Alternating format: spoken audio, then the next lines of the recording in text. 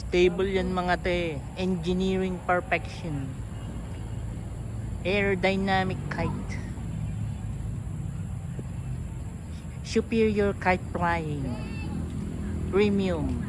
1,000 pesos lang po yan mga te. Isang ganyan. Malaki po yan pag bumaba. Pero madali po yan lumipad. Parang may nitro booster sa likod. Stable po yan mga te. Kahit walang hangin, lilipad yan. Kahit zero gravity.